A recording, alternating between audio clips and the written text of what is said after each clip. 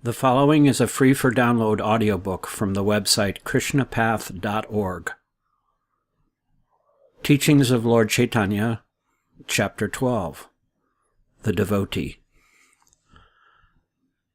A person in Krishna consciousness, fully devoted in the transcendental loving service of the Lord, develops many good qualities or godly qualities pertaining to the demigods. There are many such qualities, but Lord Chaitanya describes only some of them to Sanatana Goswami. A devotee of the Lord is always kind to everyone. He does not pick a quarrel with anyone. He takes the essence of life, spiritual life. He is equal to everyone. Nobody can find fault in a devotee. He is magnanimous and always fresh and clean without any material obsessions. He is a benefactor to all living entities. He is peaceful and always surrendered to Krishna. He has no material desire. He is very humble and is fixed in his devotion. He is victorious over the 6 material qualities such as lust and anger. He does not eat more than he needs. He is always sane. He is respectful to others, but for himself he does not require any respect. He is grave, he is merciful, he is friendly, he is a poet, he is an expert, and he is silent. In the Srimad Bhagavatam, 3rd Canto, 25th Chapter, the person in Krishna consciousness devoted to the loving service of the Lord is also described. Such a person, or devotee in Krishna consciousness, is always tolerant and merciful. He is a friend to all living entities. He has no enemies. He is peaceful, and he is decorated with all good qualities. These are the symptoms of the person in Krishna consciousness. It is also said in the Bhagavatam that if one gets the opportunity to serve a great soul, a Mahatma, then his path to liberation is open. Those who are, however, attached to persons in the materialistic conception of life are on the path of darkness. Those who are actually holy are transcendentalists, equipoised, very peaceful, without any anger, and friendly to all living entities. Therefore, becoming Krishna conscious, or a devotee of the Lord, is caused simply by association with such holy men. And to develop love of Godhead, the association of holy devotees is also needed. For anyone who comes in contact with a holy man, as mentioned above, the path of advancement in spiritual life is now opening. And by following that path, he is sure to develop Krishna consciousness in full devotional service. In the Srimad Bhagavatam, 11th Canto, 2nd Chapter, Vasudeva, the father of Krishna, asked Narada Muni about the welfare of life. In reply, Narada Muni quotes a passage from the discussion of the 9 sages with King Nimi. Quote, "O holy sages, I am just trying to ask what the paths of well-being for every living entity are, and a moment of association with holy men is the most valuable thing in life. That moment will open the path of advancement in spiritual life." End quote. This is also confirmed in the Srimad Bhagavatam, 3rd Canto, 25th Chapter. Association with holy persons and the discussions of transcendental subject matters with them convinces one about the purposeful course. Very soon, hearing of Krishna becomes pleasing to the ear and satisfactory to one's heart. After reception of such messages from holy persons or pure devotees, if one tries to apply them in his own life, then naturally the path of Krishna consciousness becomes developed in faith, attachment, and devotional service, one after the other. The Lord then informed Sanatana Goswami about the behavior of a devotee. The sum and substance of such behavior enunciated by the Lord is that one should always be aloof from unholy association. That is the sum and substance of the behavior of a devotee. And what is unholy association? It is association with one who is too attached to women and one who is not a devotee of Lord Krishna. These are unholy persons. The purport is that as one is advised to associate with holy devotees of the Lord, so one has to be careful to avoid the association of unholy non-devotees of the Lord. Those who are pure devotees of Krishna are very careful to keep aloof from these two kinds of unholy non-devotees. The result of unholy association with non-devotees is described in the Srimad Bhagavatam 3rd Canto, 31st chapter. It is said there that one should simply give up association with a person who is a playmate for women, because in association with such an unholy person, one becomes bereft of all good qualities, such as truthfulness, cleanliness, mercifulness, gravity, intelligence, shyness, beauty, fame, forgiveness, control of the mind, control of the senses, and all opulences that are automatically achieved by the devotee. A man is never so degraded as when he is degraded by association with persons who are too attached to women. Regarding this matter of disassociation from unholy persons, Lord Chaitanya quoted a verse from the Katyayani Samhita, quote, "One should rather tolerate the miseries of being locked in a cage full of fire than tolerate the miseries of associating with those who are not devotees of the Lord." End quote. It is also advised that one should not see the faces of persons who are irreligious without any devotion for the Supreme Personality of Godhead. It is recommended by the Lord that one should scrupulously renounce the association of unwanted persons and completely take shelter of the Supreme Lord Krishna. The same instruction is also given to Arjuna by Krishna in the last pages of Bhagavad Gita, quote, "You give up everything and just surrender unto me, and I shall take care of you and protect you from all the reactions to sinful activities." End quote. The Lord is very kind to his devotees.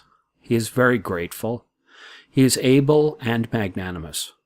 Therefore, it is our duty to believe in the words of the Supreme Personality of Godhead. And if we are intelligent enough and educated enough, we shall follow this principle without any hesitation. As said by Akrura in addressing Krishna in the Srimad Bhagavatam, 10th Canto, 84th chapter, quote, "Who can become a surrendered soul to any other than yourself? Who is so dear, who is so truthful, who is so friendly, and who is so grateful? You are so perfect and complete that even though you give yourself to your devotees, still you are full and perfect. You can therefore satisfy all the desires of the devotee, even to delivering yourself to a devotee." End quote. A person who is intelligent and able to understand the philosophy of Krishna consciousness, therefore, naturally gives up everything and takes to the shelter of Krishna only. In this connection, Lord Chaitanya recited a verse spoken by Uddhava in the Srimad Bhagavatam, 3rd Canto, 2nd chapter. Quote, "How can one take shelter of anyone else but Krishna, who is so kind?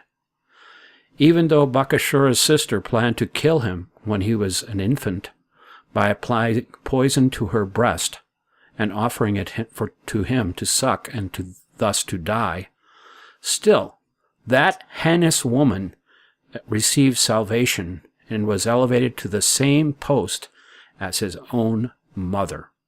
End quote. The verse refers to the time Putana planned to kill Krishna when he was a child by poisoning her breast and offering it to him to suck. Krishna accepted it and sucked the milk from the breast of that demoniac woman, and at the same time sucked out her life also. But the result was that Putana was raised to the same post as his own mother. There is no essential difference between a fully surrendered soul and a man in the renounced order of life. The only difference is that a fully surrendered soul has the distinguishing symptom of being completely dependent on Krishna. This surrendering process can be characterized by 6 different qualities. The first quality is that one should accept everything that is favorable to discharge of Krishna duties or devotional service. one should be determined to accept the process. The second is that he should give up everything which is unfavorable to the discharge of devotional service, and one should be so determined to give it all up.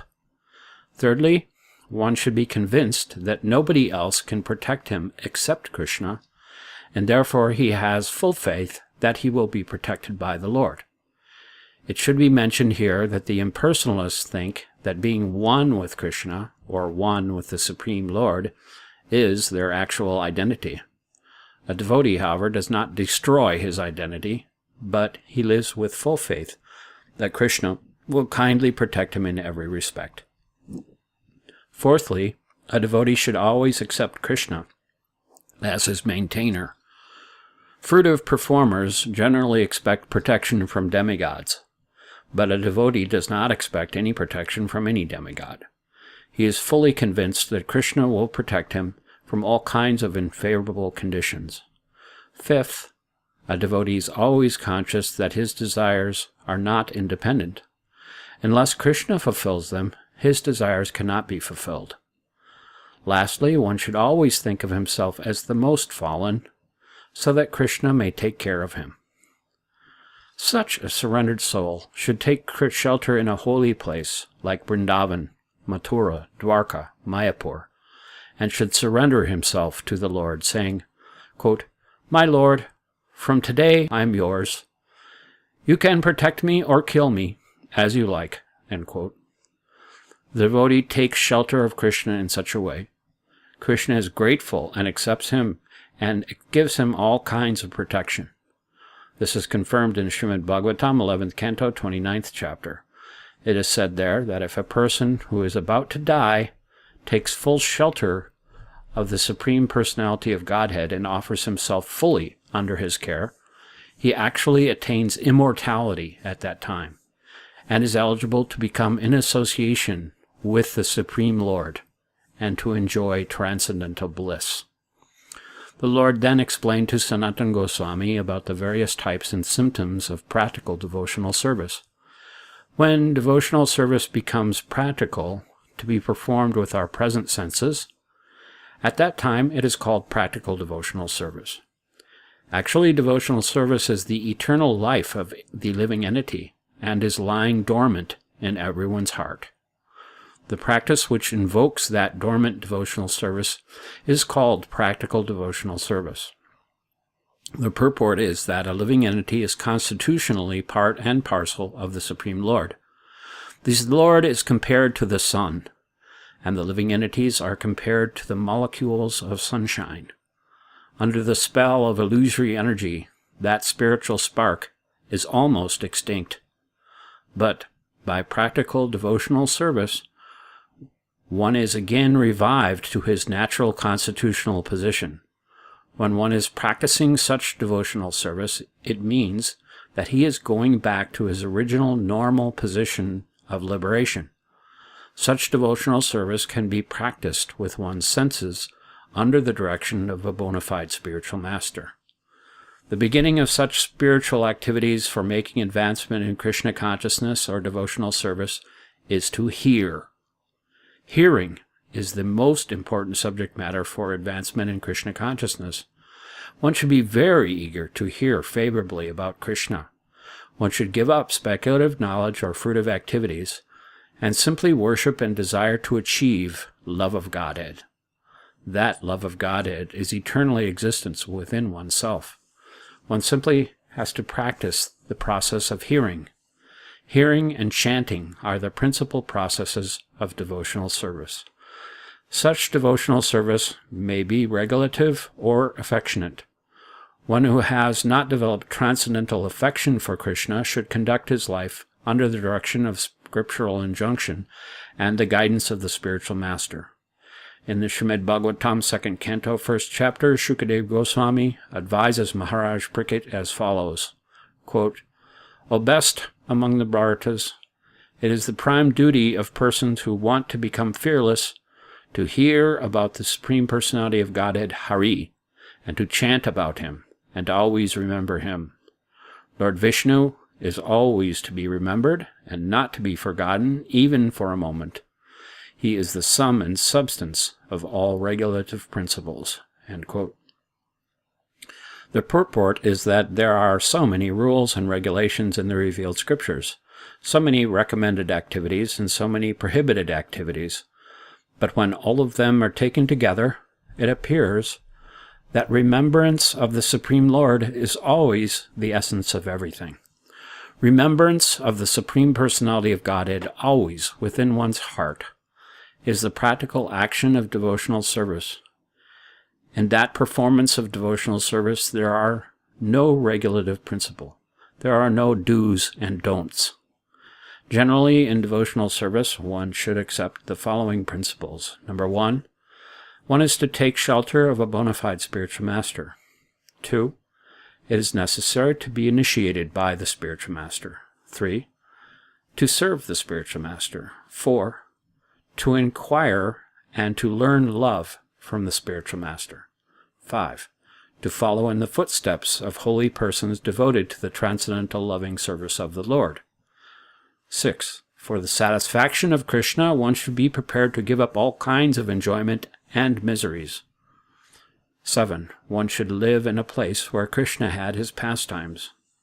8, one should be satisfied with whatever is sent by Krishna for the maintenance of his body and should not be anxious to receive more than that. 9, one should observe fasting on Ekadasi day, the 11th day after the full moon, and the 11th day after the full moon, when no grains, cereals, or beans are eaten. Simple vegetables and milk are taken in moderate amounts, and chanting of Hare Krishna, reading scripture, etc. is increased. 10, one should show respect to devotees, the cow, and trees, such as the banyan tree. These 10 items are essential for a neophyte devotee who is beginning to follow the path of devotional service. The next stage is as follows. 11, one should try to avoid offenses in the service of the Lord and in chanting the holy names of the Lord. There are 10 kinds of offenses in chanting the holy name, and they should be avoided. The offenses are, number 1, blaspheming a devotee of the Lord. 2, considering the Lord and the demigods on the same level, or to think that there are many gods. 3, to neglect the order of the spiritual master. 4, to minimize the authority of the scriptures, the Vedas. 5, to interpret the holy name of God. 6, to commit sin on the strength of chanting. 7, to instruct the glories of the Lord's name to the unfaithful. 8, to compare the holy name with material piety. 9, to be inattentive while chanting the holy name. 10, to remain attached to material things in spite of chanting the holy names. 12, one should avoid the association of unholy devotees. 13, one should not attempt to have many disciples. 14, one should not take the trouble of understanding various books or to understand partially any particular book, and one should avoid discussing different doctrines. 15, one should be equipoised in gain and loss. 16, one should not be subject to any kind of lamentation. 17, one should not disrespect demigods or other scriptures. 18, one should not tolerate blaspheming the Supreme of the Lord and his devotees. 19, one should avoid ordinary topics of novels and fiction, but there is no injunction that one should avoid hearing ordinary news. 20, one should not give any trouble to any living creature, including a small bug. The first 10 items are affirmative, the second 10 are prohibitive. In the Bhakti Rasamrita Sindhu, compiled by Sri Rupa Goswami, it is said that one should be very liberal in behavior and should avoid any undesirable behavior. Out of the 20 regulations mentioned above, the most important are to accept the shelter of a bona fide spiritual master, to be initiated by him, and to serve him. The process of devotional service can be analyzed as follows. 1, hearing. 2. Chanting. 3. Remembering. 4. Worshipping. 5. Praying. 6. Serving. 7. Engaging as a servitor. 8. Being friendly. 9. Offering everything. 10. Dancing before the deity. 11. Singing. 12. Informing. 13. Offering obeisances. 14. Standing up to show respect to the devotees. 15. When a devotee goes, following him to the door. 16. Entering into the temple of the Lord. 17. Circumambulating the temple. 18. Reading prayers. 19. Vibrating hymns. 20. Performing sankirtan or congregational chanting. 21. Smelling the incense and the flowers offered to the deity. 22. Accepting the prasadam, food offered to Krishna. 23. Seeing arti or ceremonial performance of receiving the Lord. 24. Seeing the deity. 25. Offering to the Lord his own palatable foodstuff. 26. Meditating. 27. Offering water to the tulsi tree. 28. Offering respect to the Vaishnavas, advanced devotees. 29. Living in Mathura or Vrindavan. 30. Understanding Srimad Bhagavatam. 31. Trying for Krishna to one's utmost. 32. Expecting the mercy of Krishna. 33. Performing the ceremonial functions of Krishna with devotees. 34. Surrendering in all respects. 35. Observing different ceremonial functions. To these 35 items, another 4 are to be added. 1. Marking the body with sandalwood pulp to show that he is a Vaishnav. 2. Painting the body with the holy names of the Lord. 3. Covering the body with the remnants of the cover of the deity. 4. Accepting Chaitanya-charitamrita, or the water washed of the Lord. Adding these 4 items to the above 35, we have 39 items for devotional service. Out of them, 1. To associate with devotees. 2. To chant the holy name of the Lord. 3. To hear Srimad Bhagavatam. 4. To live in a holy place such as Mathura and Vrindavan. 5. With great devotion to serve the deity. These 5 items are very important. They are especially mentioned by Rupa Goswami in his book Bhakti Rasamrita Sindhu. The 39 items above, added with these 5 items, become 44. Add to that 20 preliminary occupations, and the total is 64 different items for conducting devotional service. One can adopt these 64 items by his body, mind, and senses, so that gradually his devotional service becomes pure. Some of the items are completely separate, and some of them are identical, and others appeared to be mixed. Srila Rupa Goswami has recommended that one should live in association of those of the same mentality. Therefore, it is necessary to form some association of Krishna consciousness and live together for the cultivation of Krishna knowledge and devotional service. The most important item for living in that association is to understand Srimad Bhagavad Gita and Srimad Bhagavatam mutually. When faith and devotion are developed, they become transformed into the worship of the deity and the chanting of the holy name, and living in a place like Mathura and Vrindavan. These 5 items mentioned after the 39 are very important and essential. If one can simply discharge the last 5 mentioned items, even if they are not done sufficiently, one can be elevated to the highest perfectional stage. One may be able to perform one item or many items according to one's capacity, but the principal factor of one's complete attachment to devotional service makes him advance on the path. There are many devotees in history who have attained the perfection of devotional service simply by discharging the duties in one item. And there are many other devotees like Maharaj Ambarish who executed all of the different items.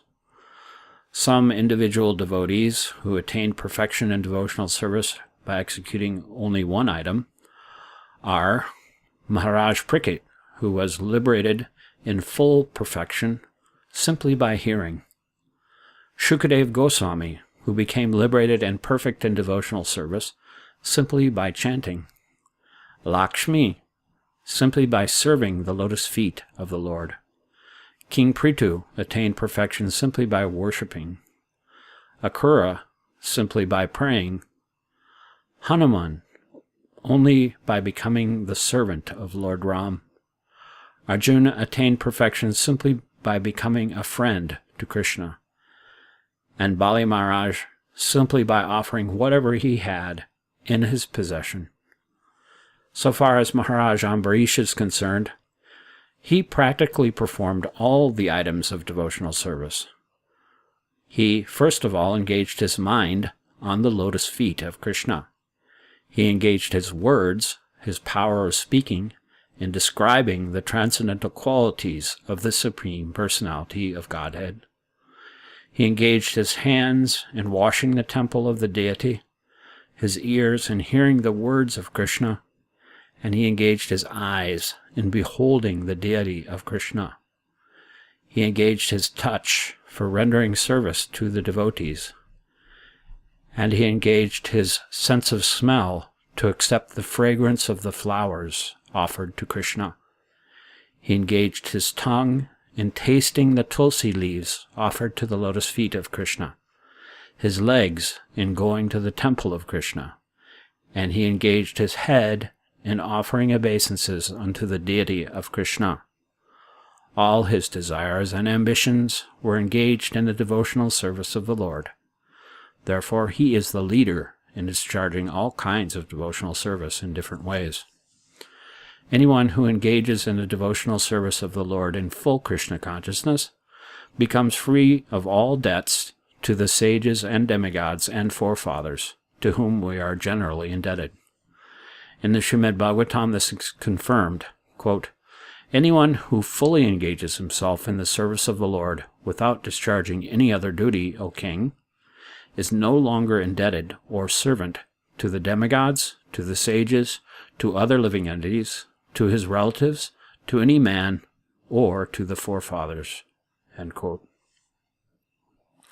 The purport is that every man, just after his birth, becomes at once indebted to all the above personalities, and one is expected to discharge many kinds of ritualistic functions because of this indebtedness. But for a person who is fully surrendered unto Krishna, there is no obligation. In spite of not discharging such obligations, he is free from all debt to such persons.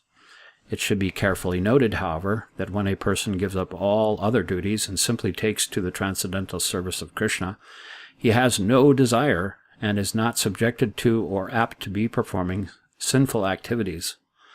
If, however, he performs any sinful activities, not willfully but by chance, then Krishna gives him all protection. He does not require to purify himself by any other method. This is confirmed in the Srimad Bhagavatam, 11th Canto, 5th Chapter, quote, "A devotee who is fully engaged in the transcendental loving service of the Lord is protected by the Supreme Person. But in case such a devotee unintentionally commits some sinful activity, or may be obliged to act in some sinful way under certain circumstances, God gives him all protection, being situated within his heart." End quote. The processes of speculative knowledge and renunciation are not practically the chief items for acquiring a higher standard of devotional service. One does not have to take to the principles of nonviolence and sense control, although there are rules and regulations for acquiring these qualities and other processes. Without being engaged in the practice of such processes, a devotee develops such high qualities simply by discharging devotional service to the Lord. In Srimad Bhagavatam, 11th Canto, the Lord says that for those who are actually engaged in the devotional service of the Lord, there is no necessity for cultivating speculative knowledge or renunciation.